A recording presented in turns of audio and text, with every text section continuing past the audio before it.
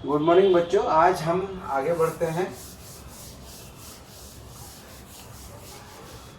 मैंने पिछली बार आपको भौतिक राशियों में बीमाओं की सहायता से हम कैसे संबंध स्थापित करेंगे यह बताया था। अब भौतिक राशियों में जो संबंध है बच्चों, उसके लिए हमें एक रफ आइडिया होना चाहिए कि किस प्रकार से हम संबंध स्थापित करेंगे। एग्जाम्पल के लिए मैं आपको एक रिलेशन कराता हूँ। एक संबंध है, जैसे ये एक क्षैतिज पाइप है, इससे जब द्रव बहता है, तो द्रव इससे, मान लो ये ऐसा पाइप है और इसके सिरों पर दाब का अंतर, क्योंकि किसी ट्यूब से पानी तभी बहता है जब यहाँ ज़्यादा दाब होगा, यहाँ कम दाब होगा, तो पानी उच्च दाब से निम्न दाब को बहता है। अगर इन दोनों सिरों के बीच दाबांतर P है और इन दोनों के बीच जो लंबाई है L है, तो P/L को हम दाब प्रवणता कहते हैं। दाब प्रवणता यानी कि लंबाई के साथ दाब का अंतर। तो इससे जो बहने वाला द्रव है उसका आयतन, अगर V आयतन द्रव का यहाँ से प्रति सेकंड गिर रहा है, तो हमें इसके लिए सूत्र निकालना है। क्षैतिज पाइप से बहने वाले द्रव का आयतन V, ये प्रश्न टाइप का बना के, क्षैतिज पाइप से बहने वाले द्रव का आयतन प्रति सेकंड V, उस V द्रव की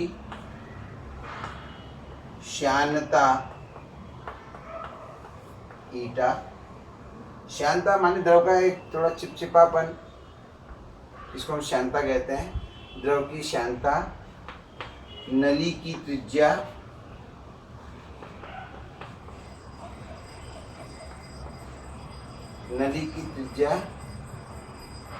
तथा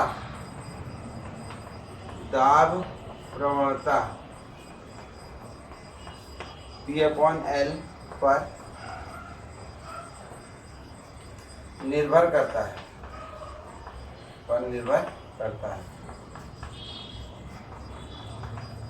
बीमाओं की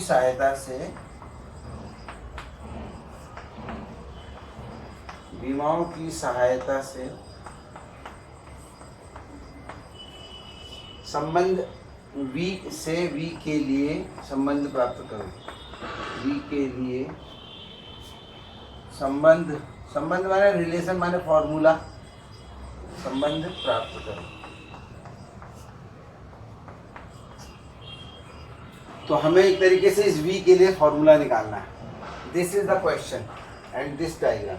आप इसको बना लीजिए और इसके बाद मैं जो हूँ इसको थोड़ा इरेज कर देता हूँ। इस क्वेश्चन को आपको समझा दिया है मैंने कि V जो है, नली की त्रिज्या ये, माने नली ये है, इसकी त्रिज्या R है, तो नली की त्रिज्या R, श्यानता गुणांक ईटा, ये N टाइप का, ये लैटिन भाषा के शब्द हैं।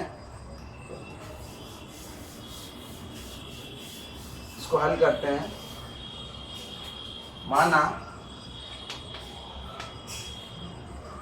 माना V समानुपाती है P/L की पावर A ले लेते हैं, ईटा की पावर B ले लेते हैं और R की पावर C। हमने एक संबंध मान लिया ऐसा। समानुपाती हटा के K लगा देते, समानुपाती नियतांक P/L की पावर A, ईटा की पावर B और R की पावर C। अब क्योंकि हमने ये संबंध मान लिया है, तो ये संबंध सही कब होगा? जब बीमाएं दोनों साइड की बच्चों बैलेंस होंगी। बीमाएं रखते हैं, बीमाएं रखने पर। V है आपका आयतन, तो आयतन की बीमा L³ होती है, लेकिन ये आयतन प्रति सेकंड है तो अपॉन टी भी होगा, तो अपॉन टी को मैं यहाँ पे लिखता हूँ t⁻⁻1। ये भी जो है आयतन प्रति सेकंड है। के समानुपाती नियतांक, इसकी तो बीमा होगी नहीं। पी जो है हमारा दाब होता है, दाब की बीमा आपको याद होनी चाहिए, अगर याद नहीं है तो आप याद कीजिए। अपॉन एल अपॉन का जो एल है वो ऊपर आ जाएगा, L⁻⁻1 जो है ये -2 हो जाएगा का की पावर ए। समझ गए? मैंने P अपॉन एल को एक साथ लिख लिया। P दाब है, P की बीमा होती है ml-1 t-2, तो P अपॉन एल की बीमा क्या हो जाएगी, ml-2 t-2। ईटा की बीमा होती है बच्चों ml-1 t-1 की पावर b, और r जो है बच्चों l होता है, l की पावर c। अब हम थोड़ा सा इसको सही रूप में व्यक्त कर देते हैं। देखिए m की पावर यहाँ से a आ गई, होल की पावर a है, m की पावर भी a होगी, और यहाँ से b हो गई, यानी कि m की पावर टोटल हो गई a प्लस b, क्योंकि गुणा होने में घातें जुड़ती हैं। m की पावर a, m की पावर a और m की पावर b होगी, तो इसको मैं एक साथ, आप जानते हैं गणित में आपने कक्षा छोटी कक्षाओं में पढ़ा है, 8th में पढ़ाया था मैंने। अब l की पावर यहाँ -2 है, पावर के ऊपर पावर गुणा हो जाती है, तो -2a, यहाँ -b और यहाँ c, -2a -b और प्लस c, ये आ गई l की पावर। और t की पावर यहाँ से -2a और यहाँ से -b। अब देखिए इधर m की पावर क्या है, 0, क्योंकि आयतन प्रति सेकंड में ये नहीं आता है। अब बच्चों मैं इसको इरेज कर दे रहा हूँ, इस चित्र को आपको क्वेश्चन में बनाना है। देखिए घातों की तुलना करने पर, घातों की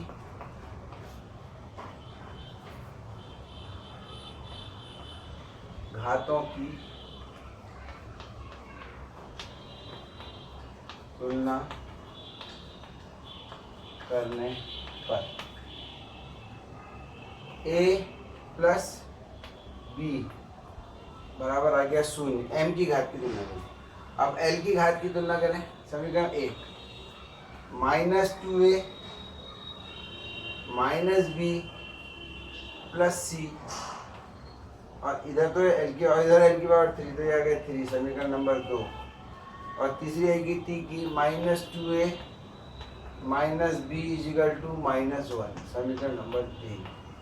अब आप देखिए, जब कभी भी आप इस प्रकार का संबंध स्थापित करेंगे तो 3 समीकरण ही बनेंगी, एक m की घात की तुलना करने पर, एक l की घात की तुलना करने पर, एक t की घात की तुलना करने पर। और आपको मैथमेटिक्स में पता होगा कि अगर हमारे पास 3 अज्ञात राशियां क्या है, इसमें a b c 3 अज्ञात है। 3 अज्ञात, गणित का एक सिद्धांत है, एक थ्योरम समझ लो आप इसको, कि अगर 3 अज्ञात है तो कम से कम 3 समीकरण चाहिए ज्ञात करने के लिए, क्योंकि यहाँ पर समीकरण हमारे पास 3 ही बनेंगे, एक m की, एक l की, एक t की। इसलिए अगर कोई भौतिक राशि 3 से ज़्यादा पर निर्भर करती है, मान लो यहाँ पर कोई g भी होता है, गुरुत्वाकर्षण त्वरण, और d लिखते हैं, अब हमारे पास कितने अज्ञात हो जाते हैं, a b c d, 4 अज्ञात हो जाते हैं। तो जब 4 अज्ञात हो जाते हैं तो 4 समीकरण चाहिए, लेकिन 4 तो आ नहीं सकती, क्योंकि हमारे पास तो 3 समीकरण आएंगे, एक m से, एक l से, एक t से। इसलिए अगर कभी आपसे कोई पूछे कि अगर कोई भौतिक राशि 4 पर निर्भर करती है तो क्या संबंध निकाल सकते हैं बीमाओं की सहायता से, तो आप कहेंगे नहीं। ठीक है, मैंने कारण बता दिया क्यों। 4 अगर हैं तो 4 अज्ञात राशियाँ हो जाएंगी, और 4 अज्ञात राशियों को हम नहीं निकाल पाएंगे, क्योंकि हमारे पास समीकरण 3 ही बनेंगी। बस अब थोड़ा सा इसको हल कर लेते हैं। इसको देखिए, अगर मैं इन दोनों को जोड़ दूं, समीकरण 3 और 1 को जोड़ दूं बच्चों, तो -b प्लस b कैंसिल हो जाएंगे, a और -2a जब जुड़ेंगे तो -a बचेगा, और इधर जोड़ेंगे तो -1, तो इससे a बराबर क्या आ गया बच्चों 1। और अगर a1 आएगा तो इस वाले से 1 से अगर a1 है तो b -1 हो जाएगा कि नहीं, क्योंकि a + b 0 है। ठीक हो गया। पुनः आगे बढ़ो, a और b का मान इसमें रखते हैं 3 से, -2 × a कितना है 1, माइनस b कितना है -1, प्लस c बराबर 3, तो ये आ गया -2 -1 c बराबर 3, और -2 और 1 -1 और c की वैल्यू से 4 आ गई। तो ए बी सी तीनों हमें पता लग गए। ए बराबर आ गया 1, बी बराबर आ गया 1 और सी बराबर आ गया बच्चों, कुछ गलत हुआ है लग रहा है,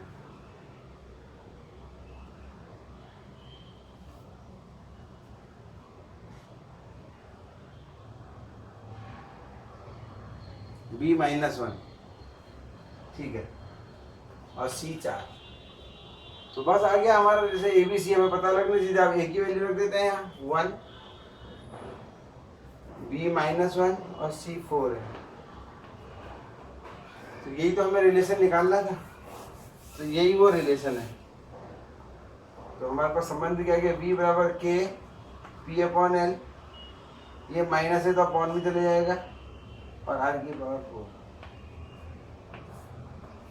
यही वो संबंध है जो हमें ज्ञात करना है। तो इस तरीके से मैंने आपको पहले भी 1-2 एग्जाम्पल कराए हैं, तो इस तरीके से आप भौतिक राशियों के बीच में संबंध बच्चों ज्ञात कर सकते हो। अब ये हमने लगभग ये वाला पार्ट पूरा कर दिया है, तो मैं अब आपको इसमें आगे जल्दी इसमें टेस्ट का आयोजन किया जाएगा। थोड़ा सा एक इसमें विमाओं की सहायता से हमने क्या क्या चीज़ सीखी।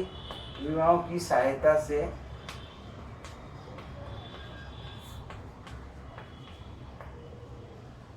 हम क्या क्या कर सकते हैं, समीकरण की सत्यता की जांच कर सकते हैं, सत्यता की जांच कर सकते हैं।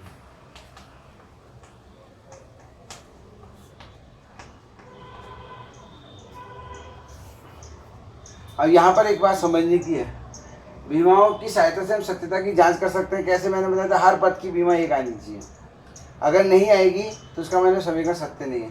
लेकिन अगर किसी समीकरण की बीमा की सहायता से सत्य सिद्ध हो गई तो इसका माने ये नहीं कि वो समीकरण पक्की होगी ही। जैसे हमने कहा कि कोई बच्चे का, लड़के का विवाह होने के लिए उसकी 21 वर्ष की उम्र होनी चाहिए, ठीक है। इसका माने जिसकी शादी हो गई है वो 21 साल का हो गई होगा, लेकिन इसका माने ये नहीं है कि हर 21 साल के लड़के की शादी हो गई हो, ठीक है। इसी प्रकार से बीमा, अगर कोई समीकरण सत्य है तो बीमी रूप से सत्य होगा, लेकिन सारे ऐसे समीकरण जो बीमी रूप से सत्य हैं जरूरी नहीं ऐसे समीकरण हों, ठीक है। क्योंकि एग्जाम्पल के लिए मैं तुम्हें बताता हूँ, L मान लो एक समीकरण है L बराबर H, तो ये भी लंबाई के समीकरण सत्य है। अब मैं L बराबर 2H लिख देता हूँ, ये भी सत्य है। L बराबर मैं 5H लिख देता हूँ, ये भी सत्य है, ठीक है। तो इस प्रकार से कई बार क्या होता है, सत्यता बीमाओं के रूप से हो जाती है, लेकिन ऐसा जरूरी नहीं कि वो समीकरण वास्तव में हो। तो किसी समीकरण के सत्य होने के लिए बीमाई रूप से सत्य होना तो है ही है, लेकिन हर समीकरण जो बीमी रूप से सत्य है जरूरी कि नहीं वो हो। जैसे एग्जाम्पल के लिए एक और देखिए, v बराबर u + at, इसकी सत्यता की जांच मैंने आपको कराई है, ये समीकरण सत्य है।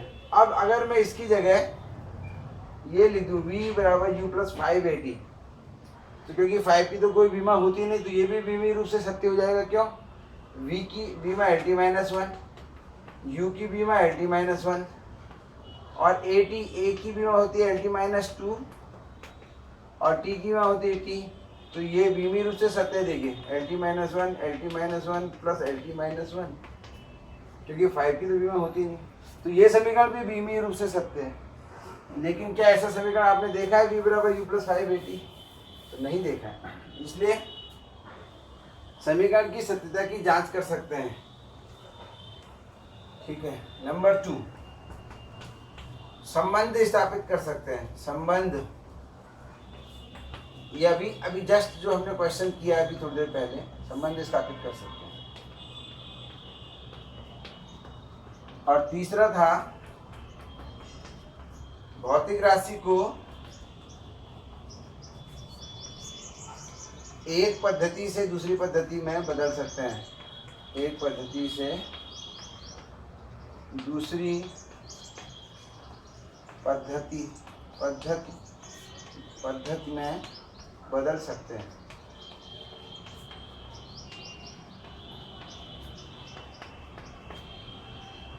तो बच्चों ये आप जो है, और एक और हमने बताया था चौथा, अगर कोई समीकरण सत्य समीकरण है, सत्य समीकरण में अज्ञात राशियों की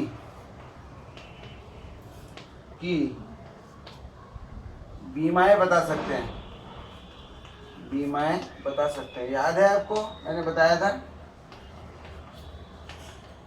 अज्ञात की हम बीमाएं बता सकते हैं। मैंने आपको बताया था, क्या बताया था, एक बार मैंने ऐसा समीकरण लिया था y बराबर a प्लस बी टी, ऐसे y दूरी है, t समय है और b की बीमाएं बताओ। तो इस प्रकार के प्रश्न भी हम कर सकते हैं। तो ये इस पूरे पार्ट का उपयोग है।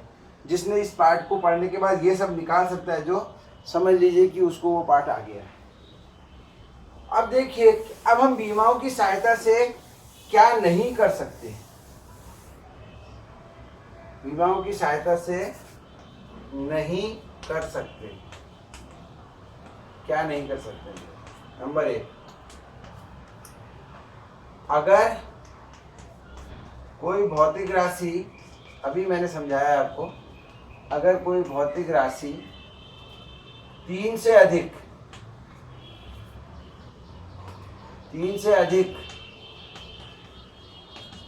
भौतिक राशियों पर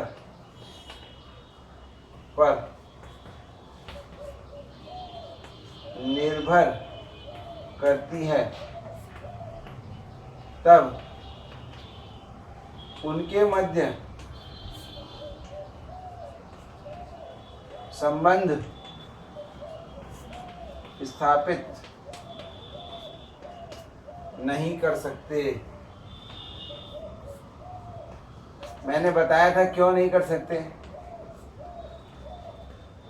क्योंकि अगर 3 से ज़्यादा 4 पर निर्भर करेगी तो 4 समीकरण हमें चाहिए होंगी, जबकि हमें m l t की घातों की जब तुलना करते हैं तो केवल 3 समीकरण ही हमें मिलती हैं। दूसरा, संबंध स्थापित करते समय जो नियतांक k आ रहा है, संबंध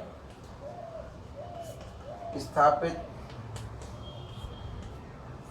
करते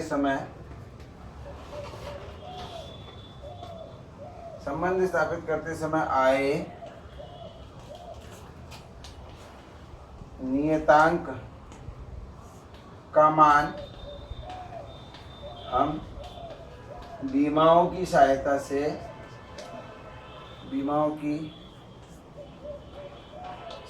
से ज्ञात नहीं कर सकते। यानी कि आप k का मान नहीं निकाल सकते।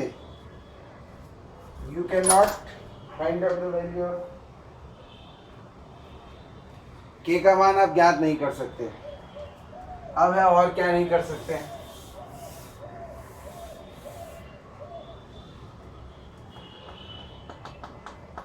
यदि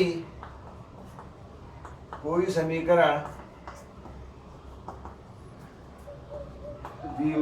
विमीय रूप से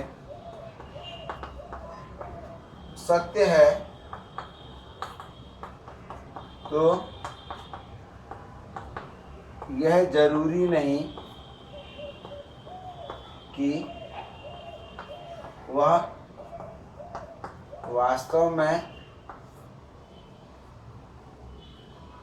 सही समीकरण है कि नहीं, सही समीकरण है या नहीं, हम ये नहीं बता पाएंगे।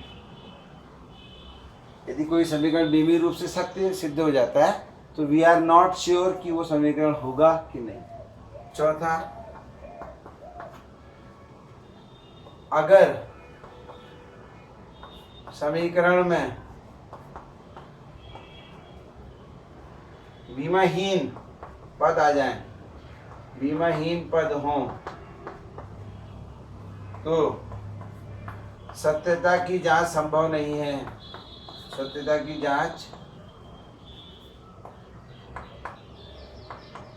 संभव नहीं है। अब बीमाई ही नहीं है, बीमाओं की मदद से तो हम सत्यता जांचते हैं, बीमाई ही नहीं है तो हम बीमाओं की सहायता से उसकी सत्यता की जांच नहीं कर सकते ऐसी समीकरण में। जैसे त्रिकोणमितीय समीकरण की सत्यता की जांच हम नहीं कर सकते क्योंकि उस त्रिकोणमितीय कोई भी पद है tan थीटा,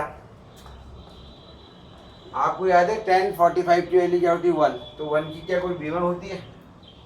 अब इस समीकरण की सत्यता की जांच करनी है, हम कैसे करेंगे, क्योंकि ये भी बीमाहीन है, ये भी बीमाहीन है, तो बीमाहीन पदों की हम सत्यता की जांच नहीं कर सकते।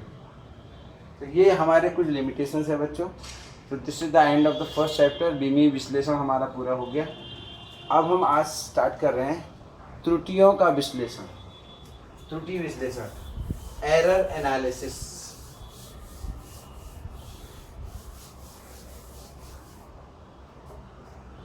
त्रुटियां,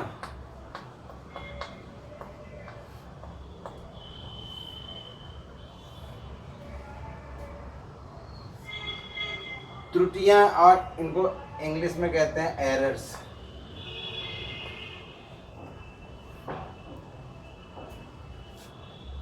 क्या होती हैं त्रुटियां, एरर्स क्या है, व्हाट इज एरर।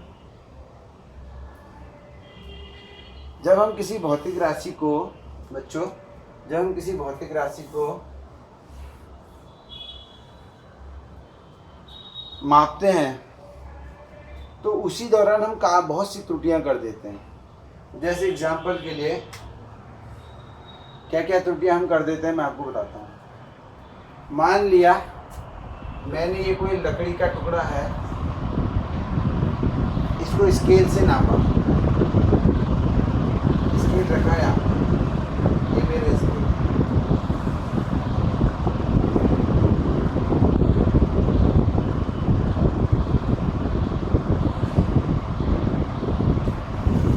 अब आप देखिए ये ऑर्डिनरी स्केल है जिसमें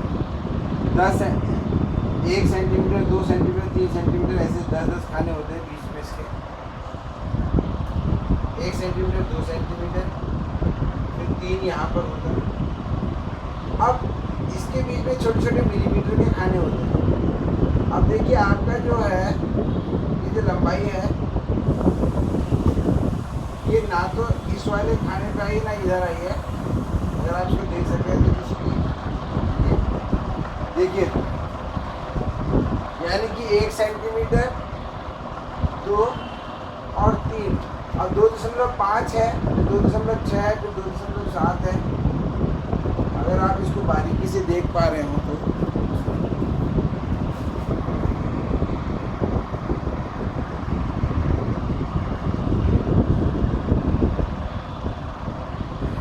देखिए ये जो है 2.5, 2.5, 2.5, 2.6, 2.7 और 2.8 के बीच में है। अब मैं इसको क्या कहूँगा, इस प्रकार के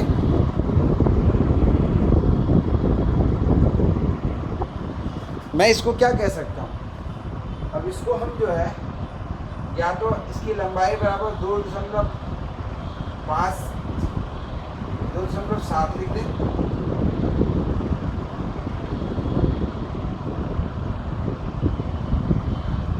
सेंटीमीटर। अगर मैं इसको 2.8 लिखता हूँ तो ये गलत हो जाएगा क्योंकि 2.8 तो है ही नहीं, लेकिन 2.7 भी नहीं है, ये 7 और 8 के बीच में है। इसका माने अगर मैं ये लिख रहा हूँ मुझे पता नहीं, यानी कि यहाँ पर मुझे कुछ पता नहीं कि 2.7 है कि 2.8 है, तो इतनी यहाँ पर मुझे क्या हो जाएगा, यहाँ पर मैं अनसर्टेन हूँ, अनिश्चित हूँ। तो अनिश्चितता जहाँ आ जाती है वहीं त्रुटियाँ होती हैं। तो इस प्रकार की त्रुटियाँ भौतिकी में हर जगह होती हैं। ऐसी मापन में आपने 5 किलो नाप दिया, कोई आपने कहा जी आलू कितना है, उसने कहा 5 किलो, क्या करेक्ट कोई चीज़ हो सकती है? आप देखिए कि जब आपका तराजू 5 किलो का होता है, आप एक पत्ता तोड़ के उसमें रख दीजिए, वो तब भी 5 ही किलो रहता है। इसका माने पत्ते के भार को वो नहीं पढ़ पा रहा, तो इसका माने तराजू परफेक्ट नहीं है। अब हमने मान लिया जब 10 ग्राम का पत्ता रखा तब तराजू हिला, इसका मतलब क्या हुआ कि 10 ग्राम तक उसमें कोई फर्क ही नहीं पड़ा। इसका मतलब 5.10 ग्राम के बाद ही उसकी रीडिंग में चेंज होता है। इसका मतलब वो ऐसा भी हो सकता है कि वो 4.990 ग्राम हो, 4.990 ग्राम से 4.990 किलोग्राम से 5.010 ग्राम तक वो हमको पता नहीं। तो इस प्रकार से फिजिक्स के में मापन में कई प्रकार की त्रुटियाँ आ जाती हैं, और इन त्रुटियों के कारण क्या होता है, अगर मान लिया मैंने ऐसी लंबाई में त्रुटि कर दी, किसी चीज़ की लंबाई नापते समय चौड़ाई में नापने में त्रुटि कर दी, तो उसके क्षेत्रफल में भी त्रुटि आ जाएगी, आएगी कि नहीं भाई? एक चीज़ गलत है और दूसरी चीज़ भी गलत है, दोनों को गुणा कर दी तो और गलती होंगी। तो इन चीज़ों को हम इस चैप्टर में त्रुटियाँ कहते हैं। त्रुटियों के और भी बहुत सारे स्रोत हो सकते हैं, जैसे कि त्रुटियाँ ऐसे, मान लिया आप जिस उपकरण से नाप रहे हैं वो उपकरण ही गलत है, तो जब भी आप उससे नापेंगे तो क्या होगा, वो त्रुटि हर बार आ जाएगी, ठीक है। और कई बार क्या होता है, गलतियाँ कई स्तर से हो सकती हैं। मान लिया जिस स्केल से आप नाप रहे थे वही गलत है। अब आपने ऐसा भी हो सकता है कि स्केल तो सही है लेकिन आपने नापते समय जल्दीबाजी में नाप दिया। एग्जाम्पल के लिए था वो 14.3, लेकिन आपने जल्दीबाजी में पढ़ने का लिख दिया 13.4, ठीक है। तो ये भी गलती हो सकती है। तो ये सब त्रुटियों में आ गया। अच्छा, अब देखिए आप, जैसे आप पेट्रोल पंप में गए, तो जब पेट्रोल पंप में जाते हैं तो आपका जो मीटर है शुरू में क्या दिखाता है, 0 दिखाता है। अब आपने 10 लीटर पेट्रोल भरा है तो वो 0 से चलना शुरू करता है, और 10 लीटर जैसे ही पूरा होता है आपको वो बता देता है कि हाँ 10 लीटर हो गया। अब गलती से आपने क्या किया, जब आपने तेल भराना शुरू किया, शुरू में 0 नहीं था, शुरू में पहले ही 20 पॉइंट वो दिखा रहा था पहले से ही। अब आपने उससे कहा 10 लीटर दे दीजिए, उसने 20 से 10 लीटर दे दिया, जबकि शुरू में 0 मिलना चाहिए था। तो ये सब त्रुटियाँ जो है ये इसको कहते हैं जीरो एरर। ये भी एक बहुत बड़ी त्रुटि मानी जाती है, ठीक है। जैसे आपका स्केल है, आप जिस स्केल से नाप रहे हैं, मान लिया उसका एक हिस्सा टूट गया, तो वो टूट गया और खो गया, तो वो 0 वाला हिस्सा तो गया। अब आपका स्केल हो गया ऐसा, और यहाँ पे लिखा है 3, 4, इस प्रकार से। तो अब इससे आप नाप रहे हैं, तो इसमें जो है 0 एरर है। अगर आपने इससे नहीं नापा और सीधे नाप के छोटी सी चीज़ नापी, आपने कहा जी 4 सेंटीमीटर की, इतनी लकड़ी नापी आपने, और इसकी लंबाई ने कहा 4 आ रही, 4 सेंटीमीटर, तो this will be a wrong. Why? क्योंकि आपने 0 का मिलान तो किया नहीं, सबसे एक एंड 0 को होना चाहिए, तभी तो पता लगेगा। This is also. अच्छा, ये एरर तो है कि उपकरण संबंधी दिक्कतें हैं। इस प्रकार की त्रुटियों को आप कैसे समाधान करेंगे? त्रुटियों का समाधान का तरीका क्या है साइंस में, हमारी फिजिक्स में? क्योंकि मापन में कहीं ना कहीं त्रुटियाँ आती हैं। सबसे पहली बात तो यह है कि आप ऐसे इंस्ट्रूमेंट से नापें जिसमें जो अनिश्चितता है वो छोटी हो। जैसे एग्जाम्पल के लिए इस वाले स्केल से, ऑर्डिनरी स्केल में अनिश्चितता 1 मिलीमीटर की होती है, क्योंकि इसमें 2.3 सेंटीमीटर से 2.4 सेंटीमीटर के बीच में आप नहीं नाप सकते, 2.3 ही कहेंगे या 2.4 ही कहेंगे। तो इस वाले स्केल की जो त्रुटि है 0.1 सेंटीमीटर यानी कि 1 मिलीमीटर की त्रुटि है। अगर आपके पास स्केल ऐसा होता जो कि 0.001 सेंटीमीटर की त्रुटि देता तो ये ज़्यादा बढ़िया स्केल मानते नहीं, क्योंकि इससे और बारीक आपकी दृष्टि हो जाती पढ़ने की। तो जितना इसको कहते हैं, आपको याद होगा एक वर्ड आता अल्पतमांक। अल्पतमांक अल्पतमांक माने होता है, इसको इंग्लिश में कहते हैं लीस्ट काउंट। और लीस्ट काउंट क्या होता है? कोई भी उपकरण सबसे छोटी सही जो माप ले सकता है उसे उसकी लीस्ट काउंट कहते हैं। तो आपका जो ये वाला ऑर्डिनरी स्केल होता है, ये सबसे छोटा कितना नाप सकता है? 1 मिलीमीटर। इससे छोटा नहीं नाप सकता। तो और क्या, और त्रुटियों की दृष्टि से देखें, ये तो मैंने किसी उपकरण की अल्पतमांक बताई। अच्छा, आप मुझे बताइए, जो आपकी रिस्ट वॉच होती है सेकेंड की घड़ी, उसमें टिक टिक टिक टिक टिक टिक टिक टिक करके चलती है, सबसे छोटी माप आप कितनी ले सकते हैं? बोलो, कब बोलोगे?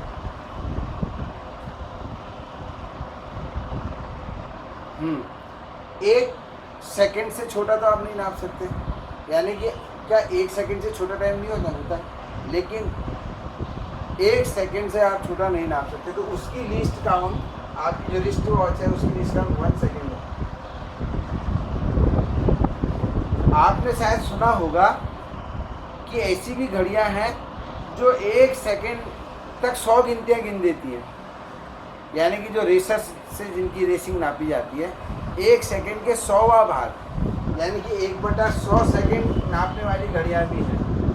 तो उन घड़ियों की लीस्ट काउंट 1/100 सेकंड होगी। तो ये घड़ी ज़्यादा बढ़िया नापेगी या ये घड़ी ज़्यादा बढ़िया नापेगी अगर रेस होगी?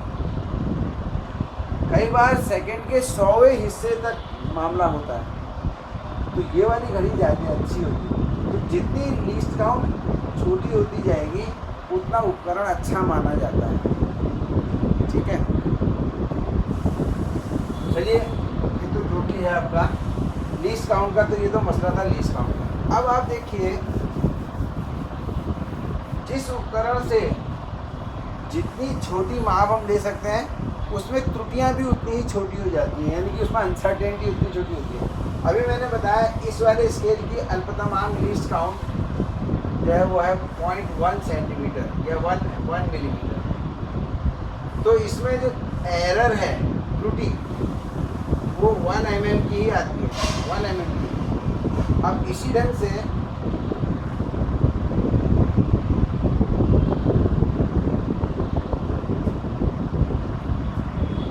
अगर जैसे रिस्ट वॉच है, रिस्ट वॉच का लीस्ट काउंट जो है, रिस्ट वॉच की कलाई घड़ी जो होती है रिस्ट वॉच, इसकी लीस्ट काउंट 1 सेकंड है। तो इसमें जो एरर होगी वो 1 सेकंड की। तो सबसे पहले आप अब एरर्स को कम करना या एरर की संभावना को किसी मापतोल पर एरर ना आए, एरर की संभावना को खारिज करने के लिए हमें क्या करना पड़ता है? हम एक उपकरण से रीडिंग ना लें, क्योंकि एक उपकरण से हो सकता है उस उपकरण में कोई त्रुटि हो, उपकरण बना ही गलत हो। तो आप उसको कई स्केलों से नापिए, और जब बहुत से स्केलों से आप नापते हैं, अच्छा हो कि वो स्केल लीस्ट काउंट उनकी छोटी हो। जितनी लीस्ट काउंट छोटी होगी उतनी एक्यूरेसी ज़्यादा आएगी। तो आप जब लीस्ट काउंट ज़्यादा जब नाप लेंगे, तो फिर अगर अलग अलग स्केल से अलग अलग नाप आ रही, तो फिर आप उनका औसत लेके इस तरीके से आप उस गलती को कम कर सकते हैं। क्योंकि आपको याद होगा, जब हम 3 हमारे इस स्केल की हमने इसकी स्केल में 3 माप ली। एक आई 4.1 सेंटीमीटर, दूसरा एक बहुत अच्छा छोटा कम, उससे आगे 4.13 सेंटीमीटर, फिर एक तीसरा ले लिया उसको आगे 4.10 सेंटीमीटर। अब इनमें ये तीनों स्केलों की माप है। तो हम क्या करेंगे बच्चों, या इसको हमने 1, 3, 2 ले लिया, तो इनमें सबसे बढ़िया स्केल कौन सा है? ये वाला, क्योंकि इसकी लीस्ट काउंट बहुत छोटी है, तभी तो 1, 3, 2 नाप दे रहा है। इसकी भी लीस्ट काउंट कम है, लेकिन इसकी लीस्ट काउंट सबसे ज़्यादा है। तो अब हम औसत ले लेंगे, 4.1 धन 4.13 धन 4.132, 3 से भागा देंगे। देखिए 3 नीचे भागा देने से इनमें जो त्रुटियां हैं वो भी भागा हो जाती हैं। त्रुटियां भी भागा देने पर जिस प्रकार से एक रोटी के हम अगर 3 टुकड़े कर दें तो इसका क्या फायदा होगा? अगर इस रोटी में कोई विष है तो उसके भी 3 भाग हो गए और 3 जनों को खिला दें तो असर कम हो गया नहीं, नुकसान कम होगा कि नहीं होगा? यही त्रुटियां।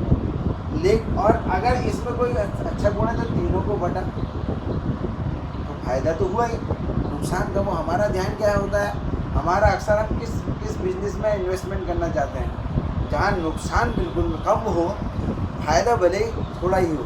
ऐसे बिजनेस तो अच्छा हुआ। बिजनेस कैसा अच्छा? आप जुए में क्यों नहीं, जुआ क्यों खराब माना जाता है? क्योंकि जुए में हारने और जीतने के चांसेस बराबर होते हैं अलग अलग जुओं के हिसाब से, इसलिए वो अच्छा नहीं माना जाता। जहाँ बराबर से थोड़ा ज़्यादा आने के चांसेस ज़्यादा हो और कम आने के चांसेस बहुत कम हो, तो ऐसा ही व्यवसाय, ऐसा ही गेम अच्छा माना जाता है। इस लिहाज से बच्चों ये जो औसत लेने का तरीका है ये सबसे बढ़िया है। इसमें त्रुटियाँ कम हो जाती हैं क्योंकि इसमें त्रुटि भागा हो जाती है। तो सबसे बढ़िया तरीका क्या है त्रुटि कम करने का कि आप एक उपकरण से नाप ना लें, कई उपकरणों से नाप लें और फिर उसका औसत लें। नंबर 1। नंबर 2, ये तो थी उपकरण संबंधित त्रुटियाँ। कई बार त्रुटियों का कारण कुछ और भी हो सकता है। जैसे एग्जाम्पल के लिए मैंने हल्द्वानी में पानी उबाला, एक पानी को हल्द्वानी उबाला, हल्द्वानी में 100 डिग्री सेल्सियस में उबल गया। अब इसी पानी को मैंने नैनीताल में उबाला, वहाँ ये 90 डिग्री में ही उबल गया। अब मैंने पानी का 100 डिग्री सेल्सियस कह के बॉइलिंग पॉइंट यहाँ 100 डिग्री सेल्सियस का, लेकिन ये नैनीताल में रॉन्ग हो गया 90 डिग्री सेल्सियस। अब समझ में मेरा आया नहीं ऐसा कैसे हुआ, क्यों हो गया? तो यहाँ पर क्या है, एक्सपेरिमेंटर जो होता है उसको अगर, क्योंकि ये जो एक्सपेरिमेंट है ये बाह्य कारकों पर भी निर्भर करता है। यहाँ पर पानी 100 डिग्री सेल्सियस में इसलिए उबला क्योंकि हल्द्वानी में दाब ज़्यादा है। अब नैनीताल हाइट में है, दाब कम हो जाने से बॉइलिंग पॉइंट भी कम हो जाता है। तो कई बार आपकी जो उपकरण है उसमें बाह्य कारकों का असर भी होता है, ये भी आपके आंसर को चेंज कर सकते हैं। तो ऐसा ज्ञान आपको पहले से ही होना चाहिए कि इस चीज़ में किस के। अब एग्जाम्पल के लिए हमने एक ऐसे मेटल का मीटर बना दिया जिसका टेम्परेचर के साथ सिकुड़ता और फैलना ज़्यादा हो, यानी कि उसका ताप प्रसार गुणन ज़्यादा हो। अब मान लिया गर्मी में वो मीटर हो गया बड़ा, अब उससे नाप रहे हैं और वही मीटर जाड़ों में सिकुड़ के छोटा हो गया और छोटा, तो गलती होने लगेगी मापन की। तो आपको क्यों इसका ज्ञान होना चाहिए कि ताप प्रसार के कारण धातुओं की लंबाई थोड़ा सा बढ़ जाती है, तो गर्मियों में ये फैल सकता है। तो उपकरण बनाने वाला इस बात का ध्यान रखेगा, तो ऐसे उपकरण का, ऐसे पदार्थ का इस्तेमाल करके मीटर बनाएगा जो कि टेम्परेचर का जिसमें असर कम होता है। ये बात हमें ध्यान रखनी है बच्चों। तो ये तो है त्रुटियाँ। अब इसमें मैंने आपको कई प्रकार की त्रुटियाँ बताई, ये सब किताब में देख लेना, इसके नोट्स बना लेना, बुक से ही बनाने। इसमें इंस्ट्रूमेंटल एरर है, सिस्टमेटिक एरर है। आज हम जिस एरर में हमारा मेन ध्यान है वो है यादृच्छिक त्रुटि।